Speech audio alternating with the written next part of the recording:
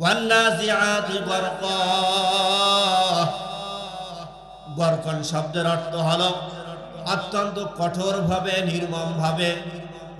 দুনিয়ার জমিনে যখন কোন বেঈমান, কোন নাফরমান মারা যায়, ওই নাফরমান মারা যাওয়ার আগে আল্লাহ রাব্বুল আলামিন এই সূরার মধ্যে 5টি কসম করে বলেছেন। প্রথম নাম্বার কসম হলো ওই সমস্ত ফেরেশতাদের কসম, ওই সকল ফেরেশতাদের কসম যারা নাফরমান ব্যক্তি রূহটাকে কবজ করার জন্য একদল ফেরেশতা আসে।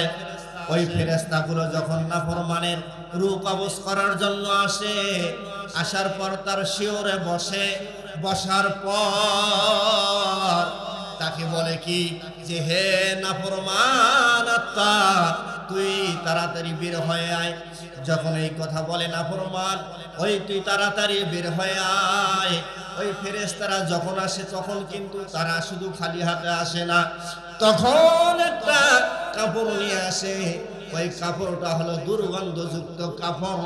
যখন এসে ওই ফেরেশতারা যখন বলে নাফরমান দেহ থেকে তাড়াতাড়ি বের হয়ে আয়, ওই নাফরমান আত্মাকে যখন বলে তাড়াতাড়ি বের হয়ে আয়, এই কথা যখন বলে, বলার সঙ্গে সঙ্গে নাফরমানের রূহটা কিন্তু লুকালুকি করে। আমার ভাইয়েরা, বন্ধুরে, গভীর মনোযোগ সহকারে শুনবেন, কানটা একটু আমার দিকে লাগাই দেন। ডাইনে বামে তাকাবেন না, কোনো কথাবার্তা বলবেন না, উঠাউঠি করবেন না। এবার যখন বলে নাফরমানের দেহ থেকে তাড়াতাড়ি আত্মা বের হয়ে যায়, লুকালুকি করে, মৃত্যুর যন্ত্রণা শুরু হয়ে যায়, সাকরাত আরম্ভ হয়ে যায়। বন্ধুরে, সাকরাত যখন আরম্ভ হয়ে যায়, কিন্তু আল্লাহর ফেরেশতা আজরাইল চলে আসে রূহ কবজ করার জন্য, কিন্তু সে ফেরেশতা কিন্তু মানবে না, মানবে না। উঠি বইতে হইলেও মানবে না, একবারে বড়লোক হইলেও মানবে না, গরিব হইলেও মানবে না, দাপটওয়ালা বাদশা হইলেও মানবে না, রিক্সাওয়ালা হইলেও মানবে না, এদেশের প্রধানমন্ত্রী হইলেও মানবে না। কথা বলেন ঠিক কিনা? আজরাইলের কাছে কে প্রধানমন্ত্রী, কে রাষ্ট্রপতি, কে কি, এটা কিন্তু দেখার সময় নাই। এবার যখন রূহটাকে ডাক দেবে, ডাক দেওয়ার সঙ্গে সঙ্গে হাদিস শরীফের মধ্যে এসেছে আব্দুল্লাহ ইবনে মাসউদের বর্ণনা, যখন নাফরমান ব্যক্তি রূহটা কবজ করে তখন কিন্তু নির্মম কঠোরতার সঙ্গে কিন্তু টেনে হেসড়ে বের করে। একটা জীবন্ত বকরির ছাল যেমন টেনে হেসড়ে বের করে, আমার ভাইরা,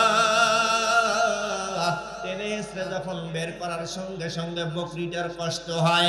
একটা লোহা যেমন একটা শরীরের মধ্যে ঢুকাই দেয়, প্রবেশ করায় দেয়, দেওয়ার পর যেমন টান দেয়, টান দেওয়ার সঙ্গে সঙ্গে যেমন কষ্ট হয়, তার থেকে কোটি কোটি গুণ কষ্ট ওই নাফরমানের রূহ বের করার সময় কষ্ট হয়। বলেন ঠিক কিনা? যখন নাফরমানের রূহ ওইভাবে টেনে হেসড়ে বের করে তখন কিন্তু তার বহু কষ্ট হয়ে যায়।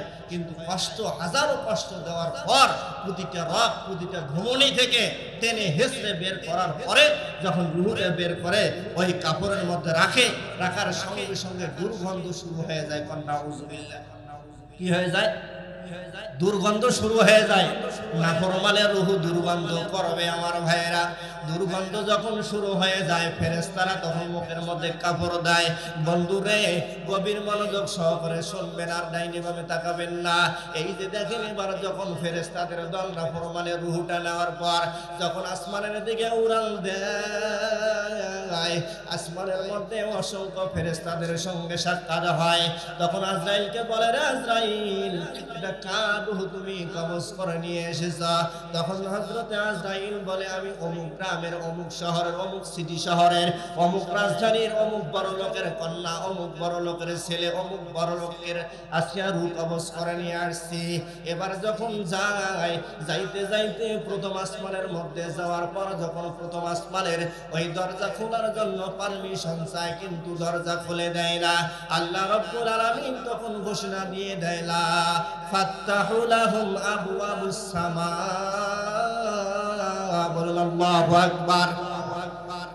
আল্লাহ রাব্বুল আলামিন তখন ঘোষণা দিয়ে দেয় ওই ব্যক্তির জন্য দরজা খোলা হবে না। কেননা যারা দুনিয়ার জমিনে ইমানদার তাদের রূহটা কিন্তু ইল্লিনের মধ্যে থাকবে, আর যারা বেঈমান নাফরমান কাফের পাপাচার তাদের রূহটা কিন্তু সিজ্জিন সাত জমিনের নিচে থাকবে। এবার যখন প্রথম আসমানে কোনো পারমিশন পায় না, পারমিশন না পাওয়ার পর একজন ঘোষণাকারী ঘোষণা দিয়ে দেয়, এর ফেরেশতা রে তোমরা যাও যাও যাও, তার রূহটা নিয়ে জমিনের মধ্যে চলে যাও।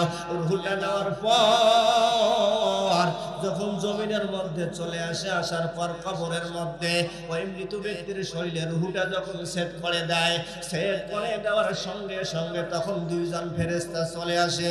একজন তার নাম মুনকার আর অপরজন কার নাম হলো নাকির। এই দুইজন ফেরেশতা আসার পর ওই মুর্দা ব্যক্তিটাকে একবারে তোলার পর উঠাইয়া বসায়। বসার পর পরপর তিনটা প্রশ্ন করে।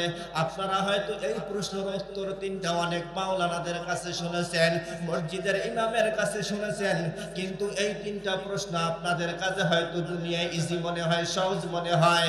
না না না, ওই কবরের মধ্যে ওই প্রশ্নের উত্তর তিনটা কিন্তু কঠিন হয়ে যাবে, নাফরমানদের জন্য কঠিন হয়ে যাবে। কথা কোন ঠিক কিনা? চিন্তা করে দেখো না কবরে কি যাইবা না, ঠিক কিনা বলেন? চিন্তা করে দেখো না কবরে কি যাইবা না। কবর হলো আমাদের জন্য আসল ঠিকানা। চিন্তা করে দেখো না কবরে কি যাইবা না। আমাদের গন্তব্য কি? কথা বলা গন্তব্য কি? আমাদের গন্তব্য হলো কবর। বন্ধুরে আমার, এবার যখন উঠি বসাইবে, বসার পর প্রশ্ন করবে তিনটা। সে বলবে লা আজরি, আমি তো পারি না। একজন ঘোষণাকারী ঘোষণা দিয়ে দেবে যে সে মিথ্যা কথা বলতেছে। ঘোষণাকারী বলবে সে মিথ্যা কথা বলতেছে। এই ঘোষণাকারীর ঘোষণা শোনার পর তখন আল্লাহ রাব্বুল আলামিন তাকে অর্ডার করে দেবেন, হুকুম দিয়ে দিবেন, এই নাফরমানের জন্য তার কবরের মধ্যে জাহান্নামের বিছানা বিছায়া দাও। নাউযু বিল্লাহ। জাহান্নামের আগুন থেকে মুক্তি পাওয়ার জন্য একটা দোয়া আমি বলে দেই, এই দোয়াটা মুখস্থ করবেন। যে ব্যক্তি, কোনো মা, কোনো ভাই, কোনো বোন, কোনো যুবক যদি এই দোয়াটা কন্টিনিউ আমল করে, তাহলে তার কবরের মধ্যে আল্লাহ রাব্বুল আলামিন আযাব দেবে না এবং জাহান্নাম থেকে সে মুক্তি পাবে। প্রতিদিন কত যুবক, কত যুবতী ঘন্টার পর ঘন্টা এই মোবাইল হাতের মধ্যে নিয়ে কত সময় চলে যায়। এখন যদি বাজে রাত 10টায় 19 মিনিট, সে ফেসবুক চালাইতেছে আর ভাবতেছে আজকে আমি সোজা 10:30টার মধ্যেই ঘুমায় যাব। কিন্তু যখন ঘড়ির কাঁটায় 10:30টা বেজে যায় ওই যুবক, ওই যুবতীর ফোনে, তখন সে বলে আজকে আমি 11টায় ঘুমাবো। যখন 11টা প্লাস হয়ে যায় সে বলে আর 10টা মিনিট থাকবো। 10 মিনিট যখন পার হয়ে যায়, এইভাবে পার হতে হতে রাত 2টা বেজে যায়। যুবক যুবতীর চোখে ঘুম আসে না। কথা বলেন ঠিক কিনা? আরে যুবক, ওই যুবক কখন যে ঘুমায় যায় বুঝতে পারে না। তার ফজর কেটে যায় হেলায় হেলায়, সে সকালবেলা ঘুম থেকে উঠতে পারে না। তার ফজর কোনো দিন একটা বছর হয়ে যায়, সে ফজরের নামাজটা কি জিনিস সে ওই যুবক জানে না, ওই যুবতী জানে না। কথা বলেন ঠিক কিনা? সকালবেলা উঠে শরীর তার নাজেহাল হয়ে যায়। এই যুবক শুনে রাখো, যেই ব্যক্তি গুনাহ করবে, গুনাহ করার কারণে তার শরীরের মধ্যে দুর্বলতা প্রকাশ পাবে।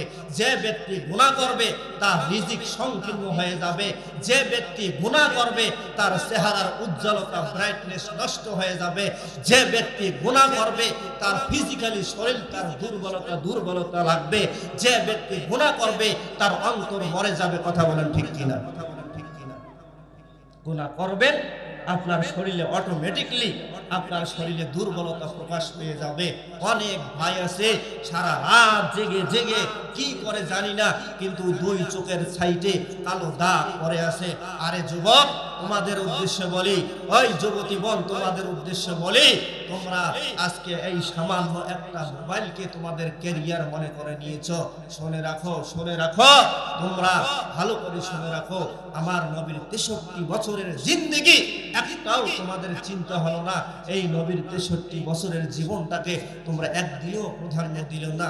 হায় হায় রে যুবক, তোমরা একটা মোবাইল পাইয়া ঘন্টার পর ঘন্টা তোমার পার হয়ে যায়, আর 5 বার মসজিদের মিনারা থেকে মুয়াজ্জিন হাইয়া আলাস সালাহ হাইয়া আলাস সালাহ বলে তোমাদেরকে ডাক দেয়, আর তোমরা বসে বসে বসে 4 জন 5 জন একসঙ্গে বসে খিলখিল করে অট্ট হাসিতে পড়ে তোমরা আজকে কবর ভুলে গেলা, তোমরা আজকে সিজদা ভুলে গেলে, তোমরা আজকে মালিককে ভুলে গেলে। ওই নাফরমান তোমাদেরকে কি কখনো আল্লাহ রাব্বুল আলামিন মরার পর জান্নাতি বিছানা দেবে? কথা বলেন না কেন? ওই নাফরমানের কবরে তখন অটোমেটিকলি আল্লাহ রাব্বুল আলামিন বলবে ওর কবরের নিচে জাহান্নামের আগুনের বিছানা বিছিয়ে দাও। শুধু তাই নয়, জাহান্নাম থেকে সোজা একটা রাস্তা নিয়ে এসে তার কবর বরাবর একবারে চালু করে দাও, যেন কিয়ামতের ময়দানে হাসরের মাঠ ওঠা পর্যন্ত যেন জাহান্নামের আগুন যেন তার কবরে শুধু যাইতেই থাকে, যাইতেই থাকে, যাইতেই থাকে। কোন ঠিক? সম্মানিত ভাইয়েরা, এই জন্য একটু দিনের মধ্যে খেয়াল রাখতে হবে, গুনাহ ছেড়ে দিতে হবে। কি ছেড়ে দিতে হবে? গুনাহ ছেড়ে দিতে হবে।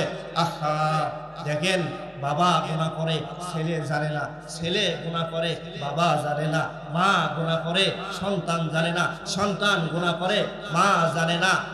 কথা বলে না, কথা বলে না, কথা বলে না।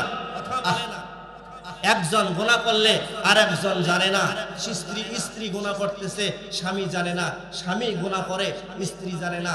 বাবা যে গুনাহ করেছে এই গুনার কথা যদি সন্তান জেনে যায়, তাহলে অটোমেটিকলি ওই সন্তান তার বাবাকে শ্রদ্ধা করবে না।